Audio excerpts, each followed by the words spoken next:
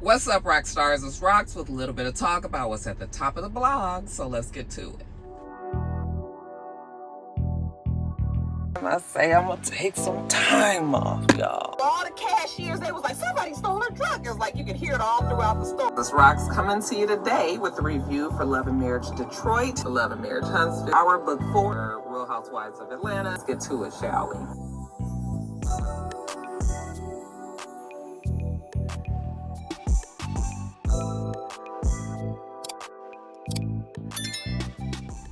Okay, you guys, I didn't go in the mall, but I just took a breath. I just took a breather. I had to get myself together, so we good. We good. Okay, no more tears. No more tears. Let's start this off with a Puffy update. Have you guys been watching the Puffy case this week? I did tune in a little bit more this week than I did last week. I just needed a little break. I don't know how these jurors is able to sit up there all day for 5 days in a row listening to this shit over and over and over again, considering the subject matter. Things that they talking about is just like, I know they have got to be just like, okay, enough. And to know that this thing is still going, well, they're saying that it's going to be done. They believe that it'll be done by July 4th of July. But it's only the 11th or else the 12th. So we still got a lot of time left. It's going to be a lot still to come out in this case. This week, we've been talking to the ex-girlfriends, okay? This one who they've been calling Jane Doe, we believe is,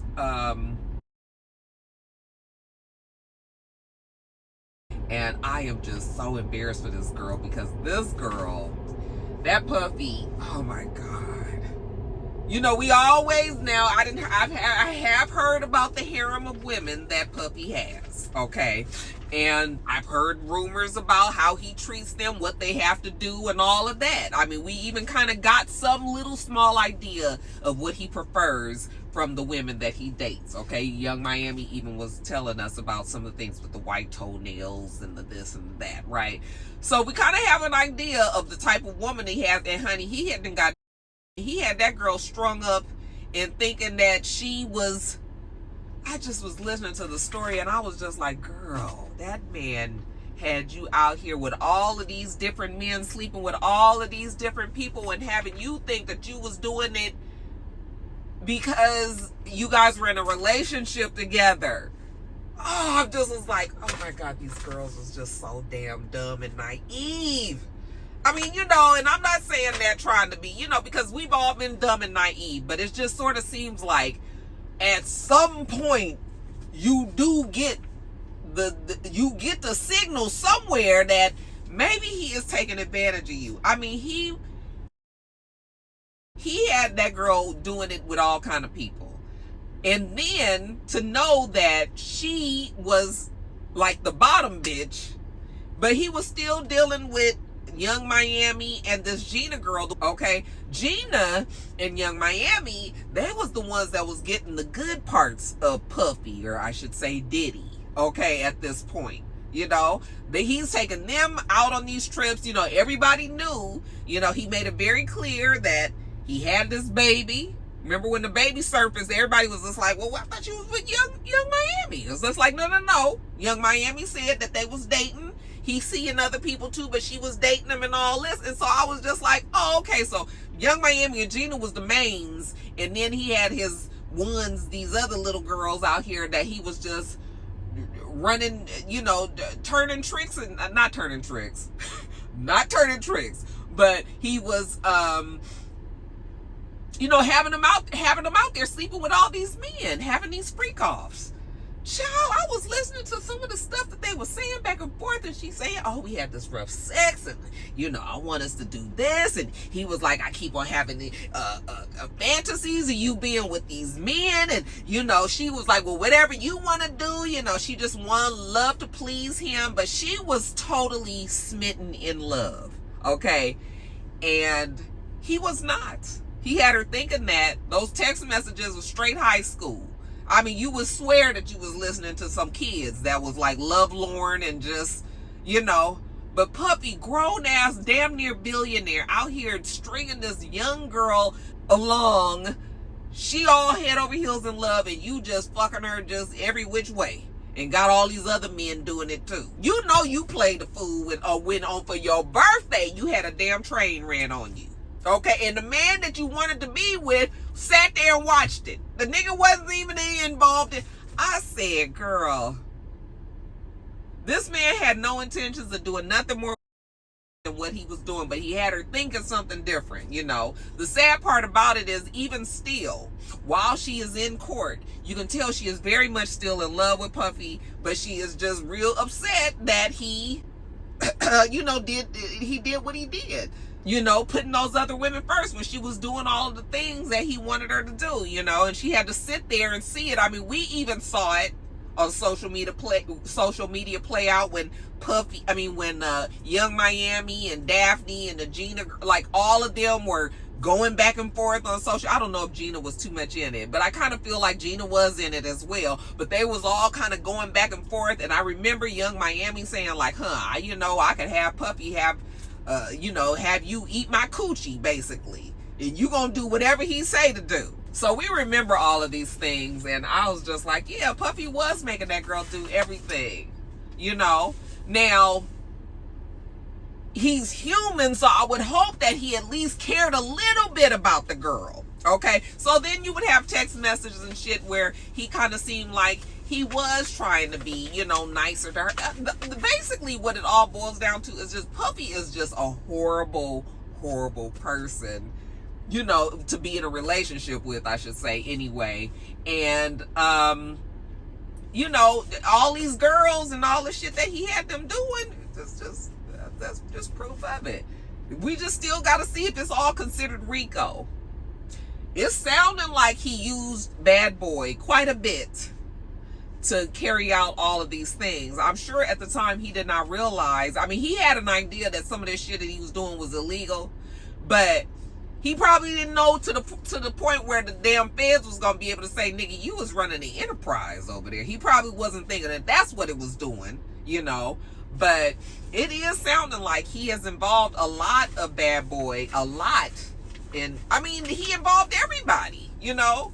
So we'll see what happens if they call the Christina Koran, because I was listening to somebody's law and what's it called, law and order, law and court. I was listening to one YouTube guy, and he was saying that they were shocked that they hadn't called Christina Koran because her name keeps on coming up. You know, her name keeps coming up. She's been calling people trying to find out, you know, can she get this tape, or calling somebody trying to find this out, and, you know, all this. And it's like interesting that they still have not cared. The feds really haven't brought no celebrities other than Kid Cudi. They have not involved any celebrities that we had heard little whispers of that might have been involved in the case. They none of them been involved.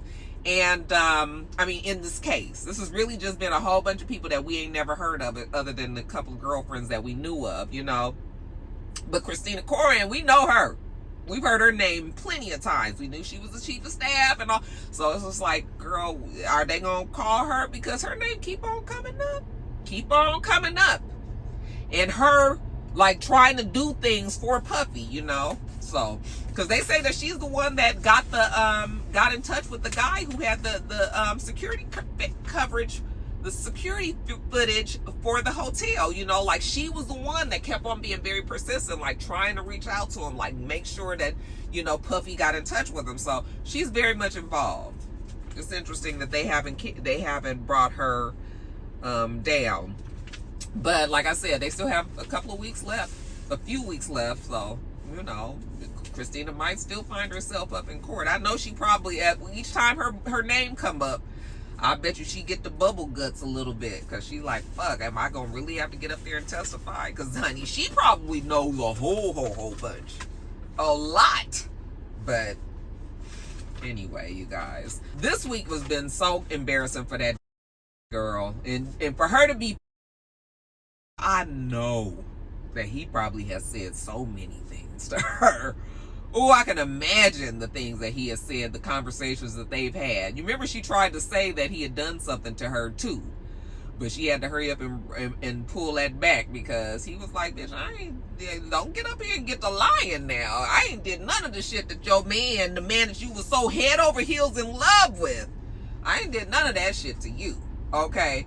And I think he even threatened that he was going to sue her back. So, I think she pulled that lawsuit back. But anyway, yeah, y'all, that's what's going on there. I still feel like Puffy going to jail at some point, child. He going to jail for something. But I also want to this case is such an eye-opener for Puffy. It's going to be interesting if he does get off.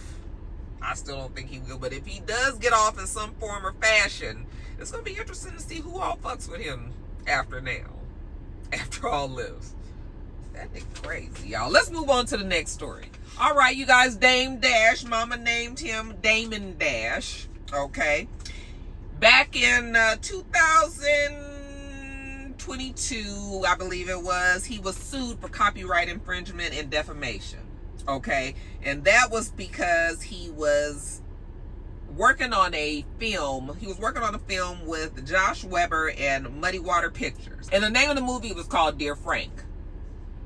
Well, apparently Dame Dash was working on this movie with this guy, and he was there on set, and he was offending the damn people, and they was getting into confrontations with folks on the set, you know, the staff, the crew, the people that's in the movie, just doing too much, and they was like, okay, you gotta go. We can't deal with you no more. That's it. So they put Dame off of the film. Well, apparently Dame, this is the part where I didn't understand. Maybe if you guys know, you can add to it in the comments. But they said that Dame ended up putting the movie out anyway. Okay, so I don't know how he was able to get access to the movie and all that. I thought that they were working together, but I guess maybe it was his production company. But the guy that was working on it, whatever, I guess they didn't. You know, that's where it was supposed to stop. But Dame ended up putting the movie out, changed the name from Dear Frank, changed it to The List. And, of course, Josh Weber was not happy with that. So he sued him, won back in 2022, and was, Dame Dash was ordered to pay $800,000 in damages. Well, he did not pay those $800,000 because he probably ain't got no fucking $800,000. Dame Dash probably don't have no money. Okay? And so he didn't pay the money. So now the judge is like, oh, so you just gonna ignore my order, right? Okay, well, this is what we have for you now. U.S. Magistrate Judge Robert W. Layberger ordered that Dame and his company, Poppington LLC, turn over the control of Dash Films, Inc., Blue Rock LLC, and Black Rock LLC. He also has to turn over interest in Lebanon Improvements LLC, Ocean East Improvements LLC, and 1996 Songs LLC. He also must forfeit copyrights to Honor Up, to Too Honorable, We Went to China, Welcome to Black Rock, and other movies. I guess he's got, you know, and Dame has some classic urban movies that he is responsible for. I don't know if those movies are included, but they said that he got to hand over all his assets, everything. And they have given him till June 16th to appeal this. And if he don't get that in by June 16th, then all that shit is going to get auctioned off. And whatever they make from the money is going to go towards this $800,000. And if there's anything that's left over, then he will get that back. Okay? But basically, they've taken everything from Dame Dash, and they're not playing no more. This is a really sad story. We all know the story, the long history of Dame Dash, him being with Rockefeller, how that all fell apart. Him and Jay-Z, not good no more, don't talk no more, you know, no good. And Dame Dash, but the problem with Dame Dash is always been, to me, has been his attitude. Okay, I don't think anybody out there would say that Dame Dash is a nice person. All right, and sometimes you got to be shrewd when you're a business person. But I think that Dame Dash rubbed so many people and burned so many bridges, rubbed so many people the wrong way, that now nobody is really willing to even extend a helping hand. You know, I knew that Dame Dash was down bad when his teeth fell out on social media. Like, nobody that has money will let something like that happen. Okay, if you are too broke to where you can't get your front teeth. Now, I'm not trying to say that everybody just get their teeth worked on right away, you know, because when you got shit in the back, sometimes, you know, I mean, even I have a tooth that was pulled in the back and I don't give a fuck about it. You can't see it unless I'm on video, maybe open my mouth really wide or something. You guys might be able to see it then, but I don't care. When I smile, you can't see it. It's back there and all that. But when it's a front tooth, even a broke person will try to get that fixed. Even in a challenged financial state will try to come up with some money to change that, because, you know, so the fact that he didn't even do that to his front teeth, I knew that his finances probably was quite stretched, okay? And but yeah, this is too bad. This is really, really too bad. I wanted Dame Dash to be able to land on his feet, because everybody said that he was actually the one that had the vision, and that Jay-Z was the one that had like the business sense. But Dame Dash was the one that everybody used to say that was the fun one and all that, you know. But his ego just never could get out of the way for him to just maybe kind of chill a little bit. You know, chill. As a matter of fact, even 50 Cent had posted something the other day that said something like, you know, every now and then, maybe our attitudes, maybe we get a little too big-headed and we got to get knocked back a little bit, but that's okay. You know, all you got to do is just go back, regroup, you know, and come back out and win. He told him to keep his chin up. I thought that was really cool of 50 Cent for him to say that. He probably just said that, though, because he don't really like Jay-Z like that. But, you know, it's just, it feel like Dame Dash has really burned the bridge. Nobody wants to fuck with him no more. And even his own ex-wife and kids, I think, have a difficult relationship with Dame. So, and that might be just because he's just unhappy. So much of shit has happened and not in his favor. Things have turned around, you know, in the wrong way for him, and maybe he just is not a happy person. So it's hard for him to not be miserable towards other people as well. You know, people like that. But I do hate to see that happen to him. But, you know, you just can't be a fucked up person. Yeah, that's too bad for Dame. But, so let's see, that's that on that. Hopefully, you know, Dame Dash can get it together, and, you know, but yeah, I feel like it's bad times, hard times for old Dame. Let's move on to the next story. Silento. Mama named him Ricky Lamar Hawk. He pled guilty to killing his cousin back in 2021. You guys remember the story. They said that the police came to the house and that the cousin was just like riddled in bullets, and nobody was there, but the cousin was, I think it was declared dead on the scene.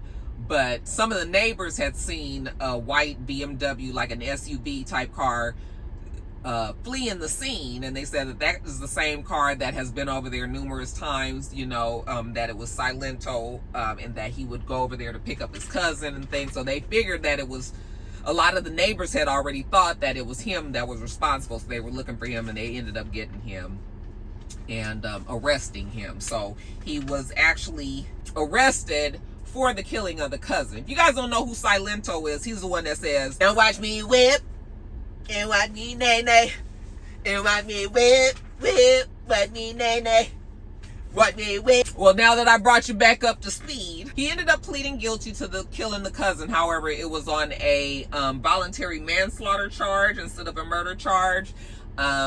In the plea deal, they dropped it down to a voluntary manslaughter charge. He was also charged with aggravated assault, possessing a gun while committing a crime, and concealing the death of another. I think they gave him the plea deal because it has been documented that the young guy had he was suffering from like mental issues. They said that he had attempted to kill himself just a few years ago. He had recently broken into somebody's house, not knowing the people, but was looking for his girlfriend, and they were confused. He had a machete. He was swinging a machete around. They was able to get the machete from him. The police had to come out. They arrested him there. They've also said that he attempted to kill himself a couple of years ago, and they also arrested him. Remember, I also told you guys a story about him driving 145 miles an hour on the I-85. Okay, so they have documented that he definitely has some mental struggles. There's been some issue there, and I think that's probably the reason why they gave him that plea deal, because you know, shooting somebody riddled with bullets. I think they said they had 10 shell casings. Like, you know, he probably was gonna go to jail for the rest of his life. Now, he did get 30 years. He's a young guy. I didn't get his age, I'm sorry, but you know, even if he's 30 and then 30 more years, 60 years, and then he's going to be eligible for parole, you know, some of the family members, which is actually some of his family members, since this was his cousin, they wanted him to get longer time, because like I said, he'll probably be eligible for parole and be able to live some part of his like older adult life, you know, outside of jail, and I'm sure they don't want that. So there's that. But very, very sad, you guys. They said he was on the show The Doctors and everything, you know, talking about his mental health struggles and all that. So that's the reason why they kind of gave him a little bit of a break. But yeah, you guys, sad. Again, people are going through so much. So much, child. We need to, you know, and that's why folks need to be not so tough on folks. Because you just don't know what folks are going through. This man done went and shot and killed his damn cousin. You guys, this video kind of today been depressing, huh? Let's move on to the next story. All right, you guys, Nene and TS Madison. So Nene on the Nene League show on YouTube, which she's up to episode 9, you guys. So Nene's been consistent with this, and actually I watched it and I was like, you know what? This might work out well for Nene. You know, she might be getting a little bit better and better with her interview skills and everything. You know what? She might be able to stick, you know, and people like Nene enough. Some celebrities like Nene enough to come and visit her. So, you know, maybe, because I actually thought this interview with TS Madison was good. You could tell that they actually have like a friendship with each other. Or at least they have respect for each other. I don't know if I would say they were friends like that. But, you know, you can tell that they have respect for each other. So that's why I think that they made the interview more enjoyable. But, you know, T.S. Madison, she talked about, now I know you guys know why I'm talking about this, but she did talk about other things. She just talked about her, you guys know how she has the house that she opened for people that are being like reintroduced out of prison, that were trans women leaving prison but need to be able to be introduced back, you know, like a halfway house sort of situation, getting them back skills, trying to help them find jobs and things like that, right? So she has those homes. She's talking about opening more. Well, she has one now, and she's talking about opening more. She did talk about, I guess her and Kia not making, you know, they still are on the outs with each other, which is still heartbreaking to me, because y'all remember how much fun we used to have at Queen's Court, you know, so they're still having their issues with that. But, you know, she was just talking about how booked and busy she's been, and, you know, how happy I really do like T.S. Madison, because I feel like she is just a genuine person. I feel like she is, I think she's a good representative for her community, because, you know, she can explain it well. I think that she is well versed in it. She explains it well. She's patient. And that was the reason why that conversation that she had with Nene at the end of the interview, where she's talking about, you know, when they're talking about being with a man and having sex with a man and all that. A lot of these conversations, you know, a lot of straight women wish that they can have with somebody that's gay.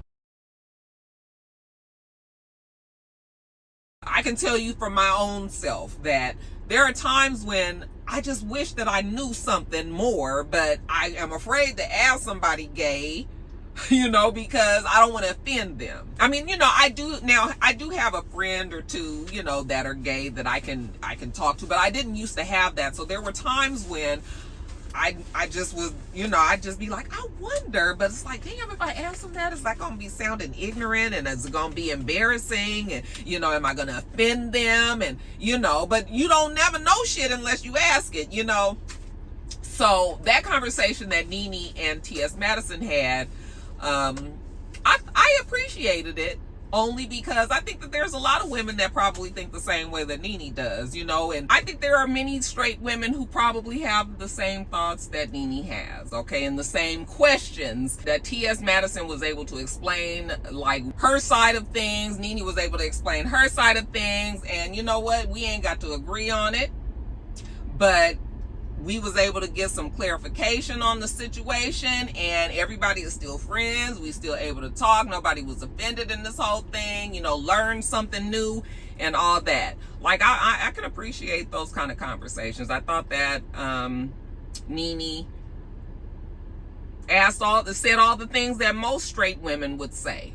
Most straight women would say, you know, I don't want to sleep with a man that's been with a man. I probably wouldn't want to sleep with a man that's been with a man either. However, I also know that I don't know what the hell this man done did before I got with him, you know? So that's not even something that I could even care to worry about, because I can't do nothing about the past. I wasn't there during that time, so I don't give a fuck about what you did back then. Are you sleeping with somebody still today is what the question is going to be. Okay, I don't want you to sleep with another man or another woman. All right, I need you to be here. All right, and so that's sort of like how I feel today. I don't think that today I care about something like that. Maybe when I was younger, I would have. But today, if I was to be with a guy and they told me that they had been with a man in the past, I probably would be like, really? Well, tell me how that was. You know, like, I would be more intrigued by it, by like, so then what made you decide to be with a woman? Like, that's just how my brain works. Like, I want to know what makes people be that way. That's why I still want to know more about, like, Puffy's childhood, you know? But like, that's the thing that's intriguing to me, is just sort of like, well, really, you was with a man, but then you decided to be with me, and you know. But yeah, there was definitely a time in my life where I was just like, ain't no way, I ain't trying to be with no man that was with another man before. But like today, I'm just sort of like, well, fuck, really, Roxanne, you could have been with a man that was with a man before. You know, you just don't know that. But I also know that that's a very liberal way of thinking, and I know that a lot of women don't think that way, and I understand that as well. And that's why I appreciated that conversation that them two had, because you know, it was just something to think about. Like, really, Roxanne, could you be with somebody else? I was just like, oh, who gives a fuck? Okay, as long as you faithful to me right now, that's something that I would want. Okay, but otherwise, I can't worry about it. But I know that's not how most people go. So it was an interesting conversation. You guys let me know what you think about that, and how do you believe that that's something that you still would be like, no, I just prefer not to? Because really, sex is just sex, right? It be shit going in holes, and we be doing all kind of stuff, right? So to me, it's not that big a deal, really, to me. But you guys let me know what you think. Put all that in the comments below. I'm gonna get on off of here because I still need to run in the mall real fast, and it's almost time for my lunch to be over.